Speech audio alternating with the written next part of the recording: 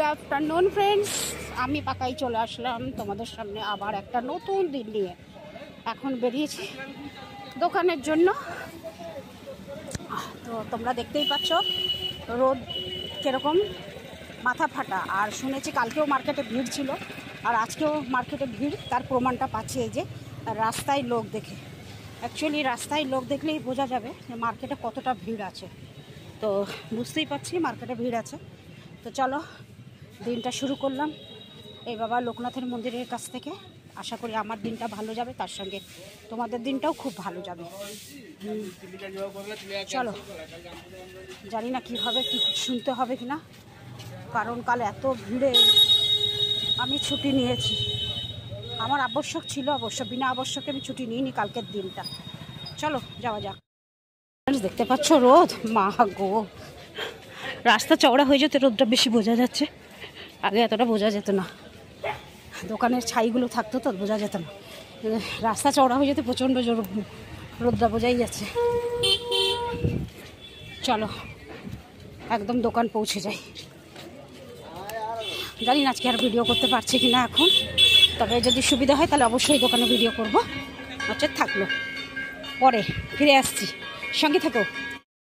তো ফ্রেন্ডস এখন আসলাম মঠে এসে বসে আছে। একদম মুখ হাত চোখ সব ধুয়ে নিয়েছি। আর যেমনটি বলেছিলাম যে দোকানে আসলে আমাকে শুনতে হবে, সত্যিই আজকে খুব বকা শুনতে হয়েছে। কালকে প্রচণ্ড ভিড় ছিল আর আমি আসিনি বলে আজকে খুব বকা শুনতে হয়েছে, খুব বকা শুনতে হয়েছে। মালিক আবার কি বলেছে, যেদিনকে ছুটি নেবে তার দুদিন আগে থেকে একটা লেখা দেবে। এটা সম্ভব হয়? আমি হঠাৎ করে যদি কিছু ছুটি, কোনো কারণে ছুটি নিই, দুদিন আগে থেকে লেখা দিয়ে দেওয়া যায় বলো তো?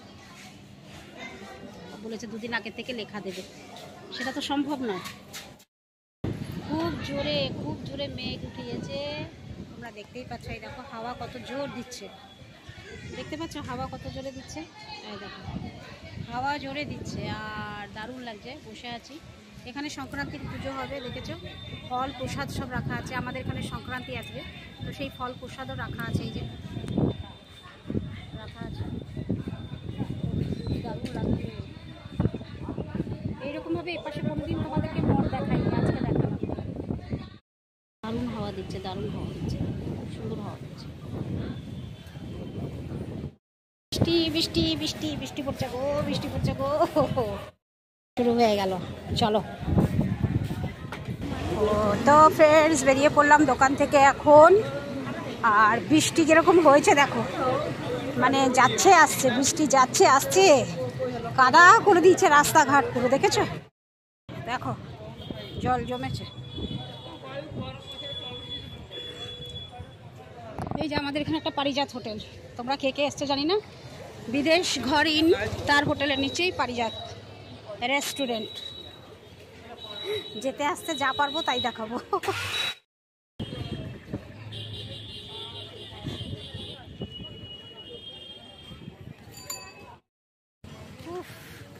পুরো কাদা কাদা রাস্তা, পুরো কাদা। এতক্ষণ একটু সুযোগ পেলাম, মুখের মধ্যে লাইটও দিতে, মানে লাইটও আসছে না, ওই জন্য করতে পারছিলাম না। চলো, এই পাগল লোকটা আমার দিকে তাকিয়ে তাকিয়ে যাচ্ছে, আমি কি করছি। কি সুন্দর লাগছে দেখো এই জায়গাটা, তাই না? ফোনের মধ্যে দেখতে বেশি ভাল লাগছে, সব ভাল লাগছে, কিন্তু এই যে জল জমেছে ওইটাই ভাল লাগছে না। এই আমাদের দোকানের সামনে জল, আর এই যে নরসিংহ সুইটস, মানে নৃসিংহ সুইটস, এই জায়গাটা কোনো দিন শুকায় না।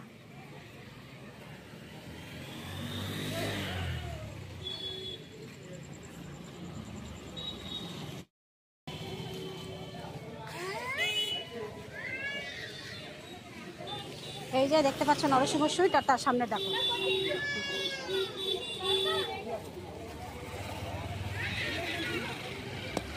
অ্যাকচুয়ালি আমি রং সাইডে হাঁটছি, ওদের দোকানের সামনেটা ভীষণ কাদা, ওই জন্য আমি একটু আলাদা সাইডে হাঁটছি।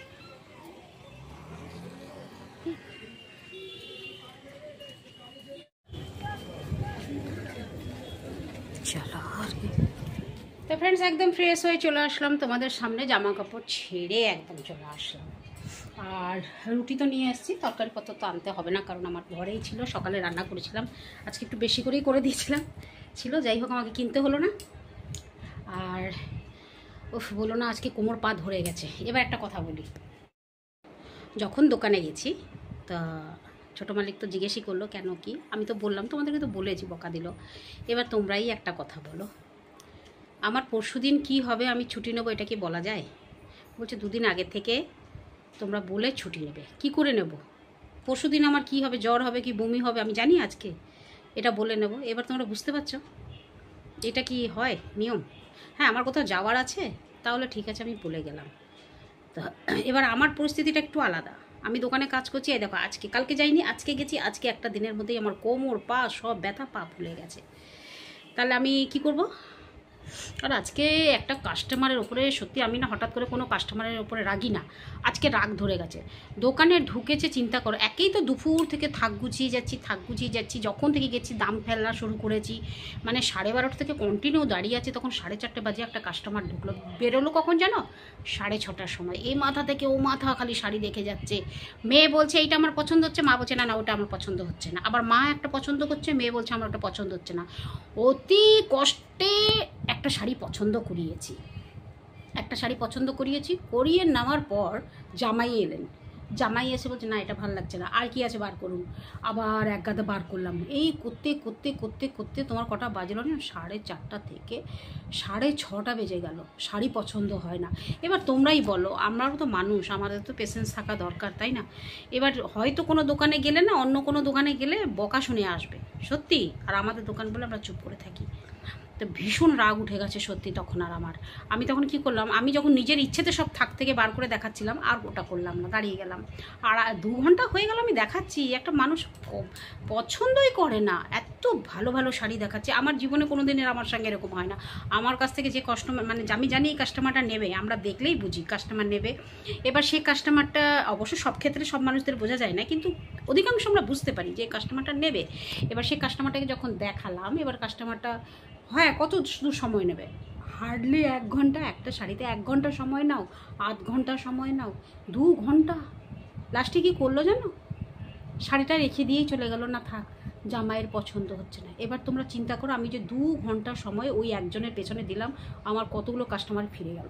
অন্য স্টাফরা ছিল, তারাও কাস্টমার ধরেছে, এবার আমি তো এই একজনকেই ধরে রেখেছি, এবার সে ফিরে গেল। এবার কেমন লাগে তুমি বলো? পা কোমর ব্যথা ধরে গেছে। তারপর থেকে তো দাঁড়িয়েই আছে, তারপর থেকে তো হাত থেকে কাস্টমার ফিরছে। এমন অবেলায় কাস্টমার এলো, ভগবান! কাস্টমার লক্ষ্মী, কিছু বলা যাবে না, সইতে হবে, তাই সয়ে যাচ্ছি। তোমরা আবার খারাপ মনে করো না কিছু, সত্যি পেশেন্স থাকা দরকার, জানো তো। এইসব ব্যবসা তোমরা অনেকে হয়তো ভাবো শাড়ি দেখিয়ে দিচ্ছে হয়ে গেল, ওই, কিন্তু না গো, শাড়ি মানে যারা সেলসম্যান বা সেলস গার্ল, তাদের অনেক কষ্ট করতে হয়, কত বকবক করতে হয়, তবে একটা শাড়ি বিক্রি হয় বা তবে একটা জিনিস বিক্রি হয়, জানো তো। ওই জন্য আমি কোনো দোকানে গেলে না এত ঘাঁটাঘাঁটি করি না, এটা ভালো লাগলো নিয়ে চলে আসি, কারণ আমি ওদের দুঃখটা বুঝি। চলো একটু বসে নিই, তারপরে আবার আসছি।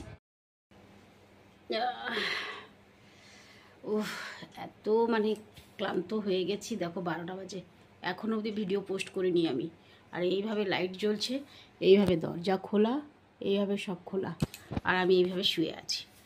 মাও ঘর ফরও ঝাড় দিয়ে নি, কী অবস্থা, এত জোর ক্লান্ত লেগেছে সত্যি গো বন্ধুরা। আর দেরি করবো না, চলো ভিডিওটা শেষ করে দিই। ফিরে আসবো আবার কালকে সকালে নতুন একটা ভিডিও নিয়ে, আবার তো কালকে দেখা করতে হবে। ততক্ষণে যেন তোমাদের পাকাইকে বিদায় দাও। টাটা, গুড নাইট, শুভরাত্রি, জয় হিন্দ, ভালো থাকবেন সবাই। ফিরে আসছি আমি, আপনাদের পাকাই।